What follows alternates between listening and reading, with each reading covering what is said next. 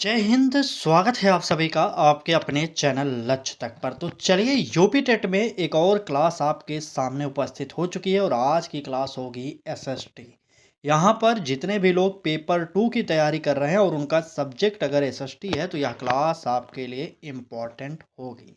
तो चलिए क्लास को शुरू करते हैं। आज की इस क्लास में 50 प्रश्न होंगे और जो प्रश्न हैं यहाँ से सीधे आपके पेपर में देखने को मिलेंगे। तो ध्यान रखिएगा, यहाँ पर डेली जो क्लासेज कराई जा रही हैं एमसीक्यू प्लस वन लाइनर दोनों प्रश्न यहाँ पर आपको मिलेंगे। सभी प्रश्न बहुत ही महत्वपूर्ण हैं। चलिए क्लास को शुरू करते हैं, पूरी क्लास को जरूर देखिएगा। ये रहा क्लास का पहला प्रश्न। कह रहा है कि कानून के समक्ष समानता किस अनुच्छेद में निहित है? अनुच्छेद 13, अनुच्छेद 14, 15 या 16? पहले प्रश्न का उत्तर देना स्टार्ट करिए। कानून के समक्ष समानता, चलिए बिल्कुल सही। यहाँ पर अनुच्छेद 14 जो होगा ये कानून के समक्ष समानता की बात करता है। ए बी ऑप्शन सही होगा। अगर बात करें 15 अनुच्छेद में क्या है, तो अनुच्छेद 15 में भेदभाव का निषेध किया गया है। इसको आप नोट कर लीजिए, भेदभाव निषेध क्या है? भेदभाव निषेध है। और 16 में क्या कहा गया है? 16 में बिल्कुल सही, 16 में कहा गया है समान अवसर। ठीक, समान अवसर। चलिए आगे बढ़ते हैं और देखते हैं अगला प्रश्न क्या कह रहा है। थोड़ा सा टफ प्रश्न है, आराम से पढ़िएगा, उसके बाद आप उत्तर दीजिएगा। ठीक है, चलिए कथन ए कह रहा है यहाँ पर कि भारत में मानसून पवनें ऋतु के अनुसार बदलती रहती हैं। और आर वाला कथन कह रहा है कि भूमि और जल के ताप में अंतर होता है। तो यहाँ पर दूसरे प्रश्न का उत्तर बता दीजिए कौन सा सही होगा। चलिए तो देखिए, सबसे पहले इतना जानते रहिए कि भारत में मानसून जो पवने हैं ऋतु के अनुसार बदलती रहती हैं। तो बिल्कुल ये हमारा पहला कथन सही है। और दूसरा कह रहा है कि भूमि और जल के ताप में अंतर होता है। तो बिल्कुल यह भी सही होगा। इसलिए हमारा उत्तर जो है दोनों सही होगा और आर सही व्याख्या है, इसको भी आप नोट कर लेंगे। ठीक, चलिए आइए देखते हैं अगला प्रश्न क्या कह रहा है। तो कहा जा रहा है कि दक्षिण पश्चिम मानसून कब आता है? तो नोट कर लीजिएगा, दक्षिण पश्चिम जो मानसून आता है ये आता है जून में। ठीक, अगला प्रश्न देखिए, उत्तरी पूर्वी मानसून किसे कहते हैं? तो इसे कहते हैं, देखिए शीतकालीन, शीतकालीन मानसून। ठीक है, बिल्कुल शीतकालीन मानसून को ही उत्तरी पूर्वी मानसून कहा जाता है। तो चलिए नेक्स्ट प्रश्न पर चलेंगे और देखेंगे क्या कह रहा है हमारा अगला प्रश्न। ये तो सरल प्रश्न है। कह रहा है कि पीली क्रांति किससे संबंधित है? गेहूं से, तिलहन से, या दुग्ध से, या मछली से? चलिए ये तिलहन है लेकिन इसको तिलहन बना लीजिएगा। ठीक है, चलिए फटाक से उत्तर करिए, पीली क्रांति किससे संबंधित है? तो यही हमारा तिलहन से संबंधित होगा, क्योंकि बी ऑप्शन बिल्कुल सही होगा। ठीक, चलिए आगे बढ़ते हैं, देखते हैं अगला प्रश्न क्या कह रहा है कि नीली क्रांति किससे संबंधित है? तो इसको नोट कर लीजिए, मत्स्य के, क्या है? मछली पालन, बिल्कुल नोट करिए, मत्स्य। ठीक, मत्स्य से संबंधित है। अगर हरित क्रांति की बात किया जाए तो ये तो खाद्यान्न से संबंधित है, ये आप सब जानते ही होंगे। खाद्यान्न क्या है? खाद्यान्न, एक मिनट यहाँ पर थोड़ा सा लिखने में दिक्कत हो जाती है। ठीक है, समझ गए। तो चलिए क्लास को आगे बढ़ाते हैं और देखते हैं हमारा अगला प्रश्न क्या कह रहा है। ठीक है, अगर क्लास अच्छी लग रही हो तो लाइक कर दीजिए और चैनल को भी सब्सक्राइब करके बेल आइकन को ऑन कर लीजिए। और डेली जुड़िए हमारे साथ, एक भी दिन क्लास को मिस मत करिए, क्योंकि हमने अपना लक्ष्य बनाया है कि आपको डेली यूपी टेट की क्लास परीक्षा तक प्रोवाइड करना है। और ऐसे ही नहीं, आपके सिलेबस के अनुसार प्रोवाइड करना है। और टारगेट 110 का है हमारा। ठीक, चलिए प्रश्न में कहा जा रहा है कि दिल्ली सल्तनत में एकता प्रणाली का संबंध किससे था? न्याय से, कर संग्रह से, सेना से, या व्यापार से? बात एकता प्रणाली की जा रही, तो यह संबंधित किससे था? तो ये था कर संग्रह से, यानी कि बी वाला ऑप्शन बिल्कुल सही होगा। ठीक है, चलिए एकता धारक को क्या कहा जाता था? अगर आपसे ये पूछा जाए तो नोट करिए, एकता धारक को क्या कहेंगे? एकता दार कहेंगे, इसको जानते रहिए। ठीक है, अगला प्रश्न देखिए, कह रहा है कि यह प्रणाली किस शासक ने व्यवस्थित की थी? तो यह प्रणाली जो थी इल्तुतमिश ने व्यवस्थित किया था। समझ में आ रहा है कि नहीं? एक बार बताइए, समझ में आ रहा है कि नहीं? अगर आपको इस प्रकार की क्लास नहीं चाहिए तो कमेंट बॉक्स में ज़रूर बताइएगा। हम आपको सिर्फ एमसीक्यू प्रोवाइड करेंगे। ठीक है? हम चाहते हैं कि आपको कम समय में अधिक से अधिक प्रोवाइड किया जाए ताकि आप अच्छे से तैयारी कर सकें और परीक्षा में अच्छा स्कोर भी कर सकें। ठीक? चलिए आगे बढ़ते हैं, देखते हैं अगला प्रश्न क्या कह रहा है। गरीबी रेखा का निर्धारण किस आधार पर होता है? आय पर, उपभोग व्यय पर, शिक्षा पर या स्वास्थ्य पर? बताइए। गरीबी रेखा का निर्धारण किस आधार पर होता है? प्रश्न संख्या 5 का उत्तर बताइए। चलिए, बिल्कुल, यह स्वास्थ्य पर नहीं होगा, शिक्षा पर नहीं होगा, आय पर नहीं होगा, बल्कि उपभोग एवं व्यय पर होता है। बी वाला ऑप्शन हमारा यहाँ पर सही हो जाएगा। ठीक है? बीपीएल का क्या अर्थ है अगर आपसे ये पूछा जाए तो आप क्या बताएंगे? चलिए, बीपीएल, बीपीएल का अर्थ, बिल्कुल, तो यहाँ पर नोट करिए, बेलो, ठीक है, बेलो पावर्टी, पावर्टी लाइन, ये हो जाएगा इसका अर्थ। ठीक है? चलिए अगला प्रश्न देखिए, कह रहा है कि भारत में गरीबी मापन के लिए किस आयोग का उपयोग हुआ था? तो बिल्कुल योजना आयोग का। ठीक, योजना आयोग, इसका उपयोग किया गया था। ये आप लोग नोट कर लेंगे और तुरंत आगे बढ़ेंगे, देखेंगे अगला प्रश्न क्या कह रहा है। ठीक है? देखिए, 50 प्रश्न है, संख्या अधिक है प्रश्नों की, इसलिए थोड़ी सी क्लास की स्पीड तेज रखना पड़ेगा। ठीक, ताकि 25 से 30 मिनट में क्लास को समाप्त भी किया जा सके। ऐसा नहीं कि 50 प्रश्न रखे हैं तो हम आपको 2 घंटे लेक्चर ही मारे, ऐसा बिल्कुल नहीं है। पढ़ना उतना ही है जितना हमें याद हो जाए और समझ में आए। ठीक ना? चलिए, राष्ट्रपति पर महाभियोग कौन लगाता है? प्रश्न में क्या कह रहा है देखिए।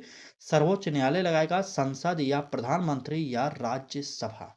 चलिए, अभी हमारे स्पीकर ओम बिरला के ऊपर कुछ ऐसा ही मैटर हुआ था ना, कुछ याद है कि नहीं? चलिए फटाक से बताइए, राष्ट्रपति पर महाभियोग कौन लगाता है? प्रश्न संख्या 6 का उत्तर, तो बिल्कुल सही, महाभियोग की बात किया जा रहा है तो यह हमारा संसद लगाता है। बी ऑप्शन सही होगा।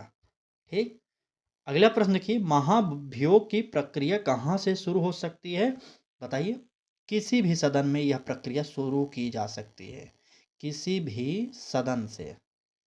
ठीक, किसी भी सदन से यह प्रक्रिया किसी भी सदन से शुरू किया जा सकता है, चाहे लोकसभा चाहे राज्यसभा। ठीक है? यह किस आधार पर लगाया जाता है अगर आपसे ये पूछा जाए तो नोट करिएगा, संविधान का अगर आपने उल्लंघन किया होगा तब ये लगाया जाएगा। क्या? बिल्कुल, संविधान का उल्लंघन। ठीक है? संविधान के उल्लंघन के आरोप में ही महाभियोग की प्रक्रिया राष्ट्रपति पर लगाया जाता है। ठीक, चलिए आगे बढ़ते हैं, देखते हैं अगला प्रश्न क्या कह रहा है। थोड़ा सा ये ध्यान से, अगर आपको इस प्रकार के प्रश्न पेपर में मिल जाएं तो आप थोड़ा सा ध्यान दीजिएगा, नहीं तो यहाँ से आप गलती कर देंगे। ठीक है? ए ऑप्शन क्या कह रहा है, पहले ए वाला कथन देखिए, कह रहा है कि वनों की कटाई से जलवायु परिवर्तन होता है। क्या सही लग रहा है कि नहीं बताइए, जल्दी से बताइए। बिल्कुल, ये सही है। वनों की कटाई से जलवायु परिवर्तन होता है। और आर क्या कह रहा है? वृक्ष CO2 को अवशोषित करते हैं। अब देखिए, यहाँ पर प्रश्न में खेला किया गया है, CO2 लिखा गया। अगर कार्बन डाइऑक्साइड लिखा जाता तो काफ़ी लोग उत्तर सही कर देते, लेकिन यहाँ पर CO2 लिख दिया गया, यानी आप गलती कर सकते हैं। ध्यान रखिएगा, बिल्कुल वृक्ष जो होते हैं CO2 को अवशोषण करते हैं, इसलिए हमारा उत्तर जो होगा ए वाला ऑप्शन सही होगा। ठीक, दोनों सही हैं, आर सही व्याख्या है, ए वाला ऑप्शन हमारा बिल्कुल सही होगा। आइए देखते हैं अगला प्रश्न क्या कह रहा है। कार्बन सिंक क्या है? ये थोड़ा सा प्रश्न नया है। कार्बन सिंक क्या है? तो नोट करिएगा, CO2, CO2 अवशोषण। ठीक है, अवशोषण क्षेत्र। ठीक, बिल्कुल, कार्बन सिंक जो होता है CO2 अवशोषण क्षेत्र होता है, ये जानते रहिए। अगला प्रश्न देखिए, कह रहा है कि वनों का एक महत्व बताइए। तो वनों से बारिश होती है तो वर्षा लिख दीजिए, सिंपल सा हो गया, कुछ भी लिख सकते हैं और भी जो आपको लगता हो आप बता सकते हैं। ठीक, चलिए आगे बढ़ते हैं और देखते हैं अगला प्रश्न क्या कह रहा है। क्रिप्स मिशन भारत कब आया? 1940 में, 1941 में, 1942 में या 1943 में? बात क्रिप्स मिशन की जा रही है, ध्यान रखिएगा प्रश्न को।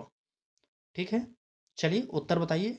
ए सही होगा या बी या सी या डी, कौन सा सही होगा? बिल्कुल, तो क्रिप्स मिशन भारत आया था तो वो आया था 1942 में, इसको सी वाला उत्तर सही कर लीजिए। नेक्स्ट देखिए, इसका उद्देश्य क्या था? अगर आपसे ये पूछा जाए तब क्या बताएंगे?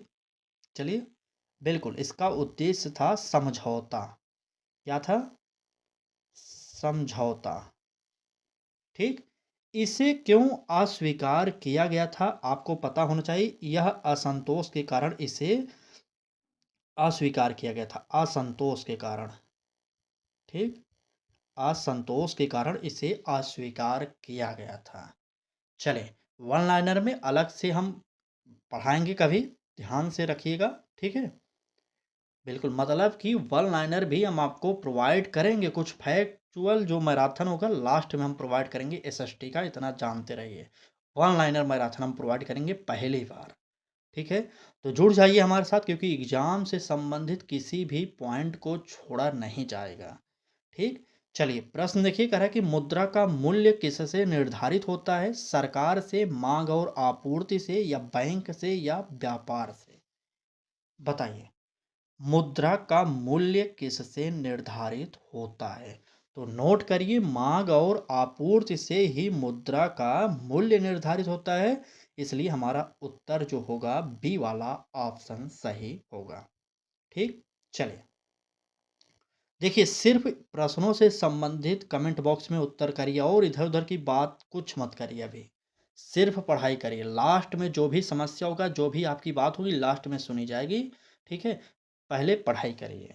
चलिए, मुद्रा अवमूल्यन क्या है? अगर आपसे पूछा जाए कि मुद्रा अवमूल्यन क्या है तो नोट करिए, मुद्रा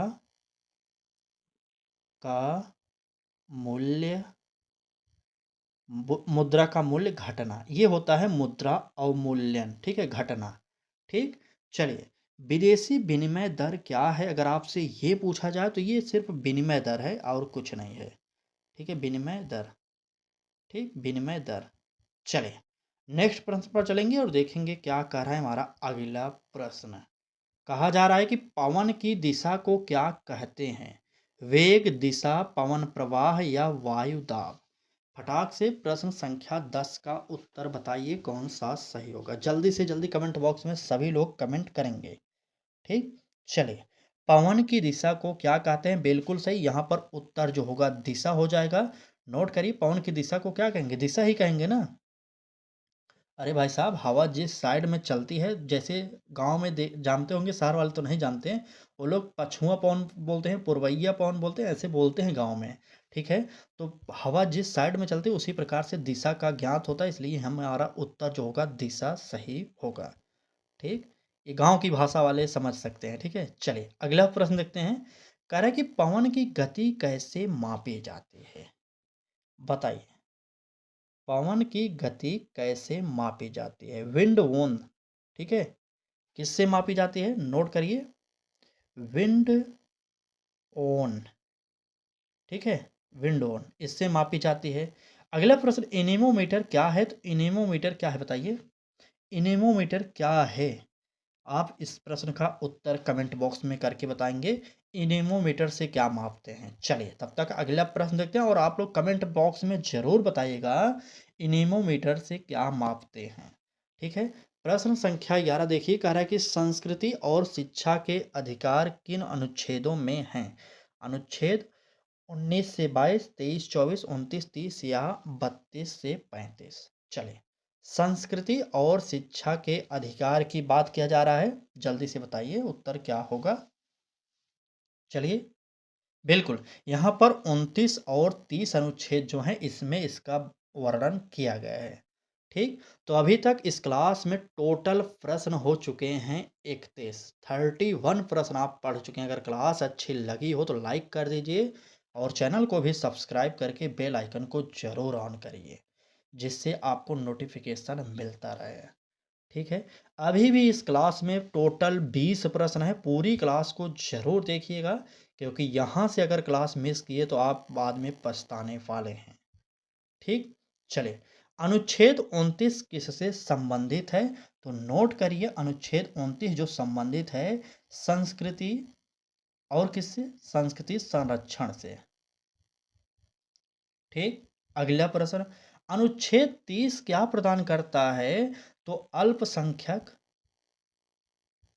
अल्पसंख्यक क्या? अल्पसंख्यक शिक्षा। ठीक है। अल्पसंख्यकों को शिक्षा प्रदान करता है अनुच्छेद 30, इसे जान लीजिए। ठीक है। चलें आगे। आइए नेक्स्ट देखते हैं क्या कह रहा है। कहा जा रहा है कि शेर शाह सूरी ने कौन सी सड़क बनवाई? जीटी रोड बनवाया था, NH1 बनवाया था, सिल्क रूट बनवाया था, या लिंक रूट बनवाया था? फटाक से बता दीजिए कि शेर शाह सूरी ने कौन सी सड़क बनवाई थी। प्रश्न संख्या 12 का उत्तर कौन सा सही होगा, आप लोग फटाक से बताइए। चलिए, जल्दी से जल्दी कमेंट करिए, जल्दी से। बिल्कुल, NH1 बिल्कुल, नेशनल हाईवे 1 बनवाया था शेरशाह सूरी ने। इसका नाम क्या है, एक बार कमेंट बॉक्स में बताइए। यहाँ पर बी ऑप्शन सही होगा। अभी तक आप लोगों ने कमेंट नहीं किया, एनीमोमीटर से क्या मापते हैं? जल्दी से कमेंट करिए। तब तक अगला प्रश्न देखते हैं। कह रहा है कि रुपया किसने शुरू किया? रुपया किसने शुरू किया? तो शेर शाह ने शुरू किया। ठीक, शेर शाह ने शुरू किया था। नेक्स्ट देखिए, शेर शाह का मकबरा कहाँ पर है? तो यह मकबरा है सासाराम। सासाराम, सासाराम कहाँ पर है बताइए कमेंट बॉक्स में। बिहार में है क्या, बताइए। देखिए, कुछ तो कमेंट करिए, जो हम आपसे प्रश्न पूछ रहे हैं उसका कमेंट में उत्तर जरूर बताइए। ठीक, इससे एक बात पता चलती है कि आप एक्टिव हैं कि नहीं है, पूरी क्लास देख रहे हैं कि नहीं देख रहे हैं। उसी प्रकार से हम क्लासेज को सेट करते हैं। ठीक है। और जो लोग अभी आराम कर रहे हैं ना, वो बाद में पछताने वाले हैं। आखिरी समय में पढ़ाई नहीं हो पाएगी, यकीन मानिए। जो भी समय बचा है उसमें अधिक से अधिक मेहनत कर लीजिए। ठीक। चलें आगे। बिल्कुल बिल्कुल, पढ़ना तो पड़ेगा, बिना पढ़े तो पास होंगे नहीं, ये तो जानते रहिएगा। चलिए, प्रश्न देखिए, कह रहा है कि सतत विकास का मुख्य उद्देश्य क्या है? केवल विकास है, पर्यावरण संरक्षण है, संतुलित विकास है, या औद्योगिकीकरण है? बताइए, सतत विकास का मुख्य उद्देश्य क्या है? प्रश्न संख्या 13 का उत्तर बताइए तो। बिल्कुल, 13 का कुछ लोग सी बता रहे हैं, कुछ लोग बी भी बता रहे हैं भाई साहब।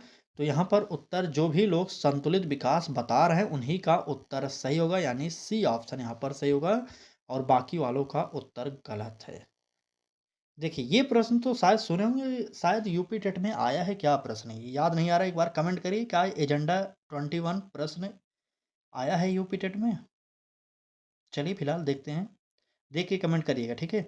अगर आपसे पूछा जाए एजेंडा 21 क्या है, तो ये एक कार्य योजना है। क्या है? कार्य योजना। ठीक। अगला प्रश्न देखिए, पुनर्वीकरणीय पुनर्वीकरणीय क्या संसाधन है? बताइए, उदाहरण बताइए भैया। सौर ऊर्जा करिए। सौर ऊर्जा, एक मिनट, सौर ऊर्जा पूरा लिखना पड़ेगा ना। सौर्य, ठीक है, सौर्य ऊर्जा। आपसे माफ़ी चाहेंगे, यहाँ पर थोड़ा-सा लिखने पर बहुत ज़्यादा दिक्कत होती है, हमारे पास उतना साधन है नहीं। आपके लिए फिर भी क्लासेज प्रोवाइड कर रहे हैं, ठीक है? चलिए, और एक भी दिन आपकी क्लास बाधित नहीं हो रही है, कि पूरा का पूरा फ़ोकस यही है, किसी भी प्रकार से आपको पहली बार में यूपी टेट में 110 प्लस स्कोर दिला दिया जाए। बस यही हमारा इतना सा लक्ष्य है। ठीक। देखिए, प्रश्न क्या कह रहा है, मौलिक अधिकार न्यायालय द्वारा संरक्षित है। और आर कह रहा है कि नागरिक सीधे सर्वोच्च न्यायालय जा सकते हैं। तो यहाँ पर कौन सा सही होगा? प्रश्न संख्या 14 का उत्तर फटाक से बता दीजिए तो। चलिए, बिल्कुल, अगर बात मौलिक अधिकार की जाएगी तो यहाँ पर न्यायालय जो है यही संरक्षित करता है, तो यहाँ पर हमारा दोनों सही होंगे। ठीक है। अगर मौलिक अधिकार के आपका हनन हो रहा है तो यकीन मानिए आप सुप्रीम कोर्ट डायरेक्ट जा सकते हैं। सर्वोच्च न्यायालय मतलब सुप्रीम कोर्ट हो जाएगा। ठीक है। तो यहाँ पर इस प्रश्न का उत्तर जो होगा ए वाला ऑप्शन सही करिए आप लोग। चलिए नेक्स्ट देखिए, अनुच्छेद 32 किससे संबंधित है? चलिए, और अनुच्छेद 32 को ही भीमराव अंबेडकर ने क्या कहा था? संविधान की आत्मा कहा था। और अनुच्छेद 32 का संबंध किससे है? तो नोट करिए, संवैधानिक, लिख लीजिएगा, संवैधानिक उपचार, संवैधानिक उपचारों का अधिकार, ये है अनुच्छेद 32 में। और अनुच्छेद 32 को ही भीमराव अंबेडकर ने संविधान की आत्मा कहा था। यहां से ये जानते रहिए। अगला प्रश्न कह रहा है कि रिट का उद्देश्य क्या है? रिट का उद्देश्य जो है क्या है? अधिकार संरक्षण। ठीक है, इसका उद्देश्य जो है अधिकार संरक्षण है, इतना आप नोट कर लेंगे। चले आगे, बिल्कुल बिल्कुल ठीक है। चले आइए देखते हैं प्रश्न संख्या 15 क्या कह रहा है। राष्ट्रीय आय में क्या शामिल होता है? केवल कृषि, केवल उद्योग, सभी क्षेत्र या केवल सेवाएं? राष्ट्रीय आय में क्या शामिल होता है? प्रश्न संख्या 15 का उत्तर बताइए तो। चलिए, कुछ लोग बी भी बता रहे हैं। भाई साहब कौन, किस हिसाब से बता रहे हैं बी अभी तक? अरे भाई साहब, केवल केवल वाला ऑप्शन काट दीजिए, यहाँ पर सभी क्षेत्र शामिल होगा राष्ट्रीय आय में ना। सी ऑप्शन सही करिए, सिर्फ राष्ट्रीय आय में सभी क्षेत्र शामिल होंगे, सी वाला ऑप्शन सही होगा। ठीक। जीडीपी और एन जीएनपी क्या है बताइए? जीडीपी और जीएनपी में अंतर क्या है बताइए? चलिए, दोनों में अंतर क्या है बताइए जल्दी से। अंतर विदेशी आय, बिल्कुल, दोनों में अंतर क्या है? अंतर, एक मिनट, अंतर विदेशी आय, यही दोनों में अंतर है। ठीक। नेक्स्ट प्रश्न देखिए, प्रति व्यक्ति आय का सूत्र क्या है? ये तो शायद हमने बता दिया है, आय बटा कितना होगा? जनसंख्या, बिल्कुल, जनसंख्या, ये हो जाएगा। नोट करें, देश की कुल संपदा जितनी ही आय जितना है, वास्तविक आय, और बटा जनसंख्या देश की, उसके बाद प्रति व्यक्ति आय निकल जाएगा। आगे बढ़िए, और इस क्लास में अभी तक टोटल 45 प्रश्न आप देख चुके हैं। गिन रहे, काउंट कर रहे हैं कि नहीं? 45 प्रश्न बताइए। एक बार लाइक किए कि नहीं, इसको भी हम देखना चाहेंगे कौन कौन से लोग हैं जो लाइक किए हैं। ठीक। चले आइए क्लास को आगे बढ़ाते हैं, देखते हैं अगला प्रश्न। नदी के ऊपरी भाग में क्या प्रमुख होता है? निक्षेपण होगा, अपर्दन होगा, वाष्पीकरण होगा या संघनन होगा? बताइए, नदी के ऊपरी भाग में क्या प्रमुख होता है?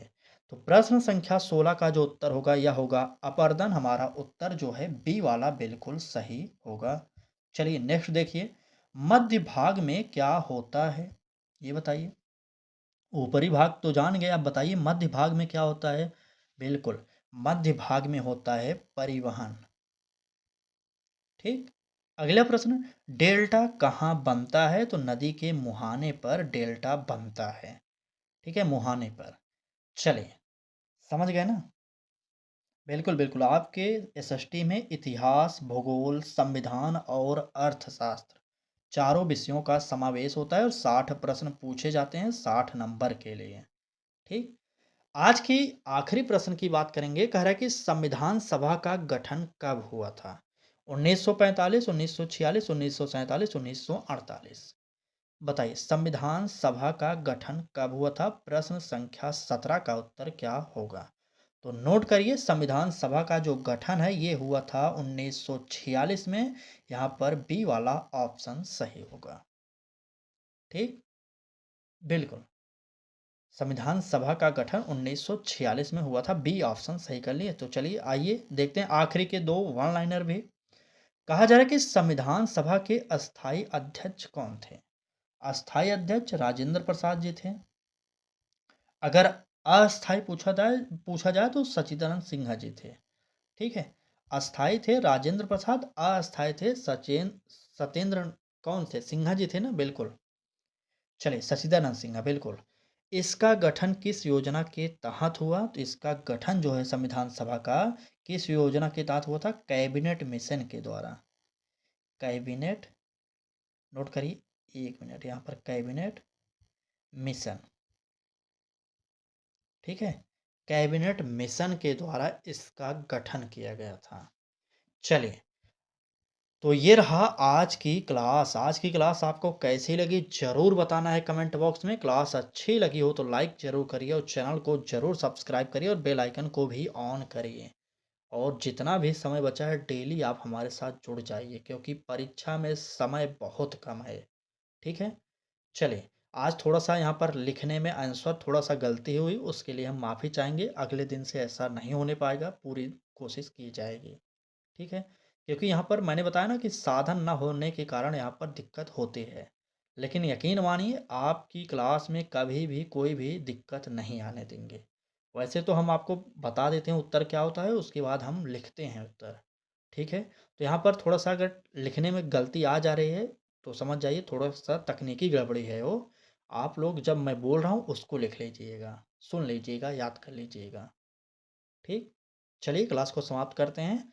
कल फिर मिलेंगे एक नए क्लास के साथ। जो भी आपकी समस्या हो, कोई भी आपकी डिमांड हो, क्लास समाप्त होने के बाद कमेंट बॉक्स में ज़रूर कमेंट करिएगा। तुरंत आपकी जो भी डिमांड होगी उसकी पूरी की पूरी व्यवस्था की जाएगी। ठीक? धन्यवाद।